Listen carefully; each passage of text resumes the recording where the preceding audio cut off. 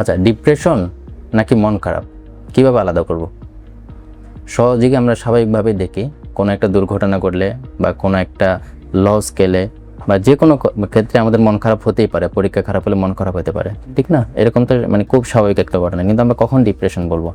Depression বলতে গেলে আমি সহজেই বলি মনে রাখার সুবিধার জন্য একটা সহজ নিয়ম, 2-5-2 নিয়ম। হ্যাঁ, এটা কীভাবে মনে রাখবো আমরা?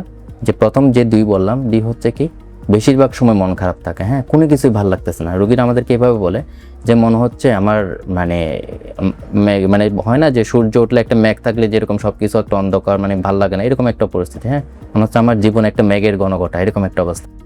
আবার আমরা বলি হচ্ছে কোনো কিছুতে আগ্রহ না পাওয়া, যে স্বাভাবিক সংসারে কাজকর্ম বা মানুষ যে যা করে এটাতে একটা আনন্দ পাওয়া, কোনো কিছুতে আগ্রহ পাচ্ছে না। যে এই 2টার মধ্যে যে কোনো একটা যদি থাকে, আর আমরা বলতেছি 5, বাকি অন্যান্য সব মিলে যদি 5টা থাকে, কি সমস্যা?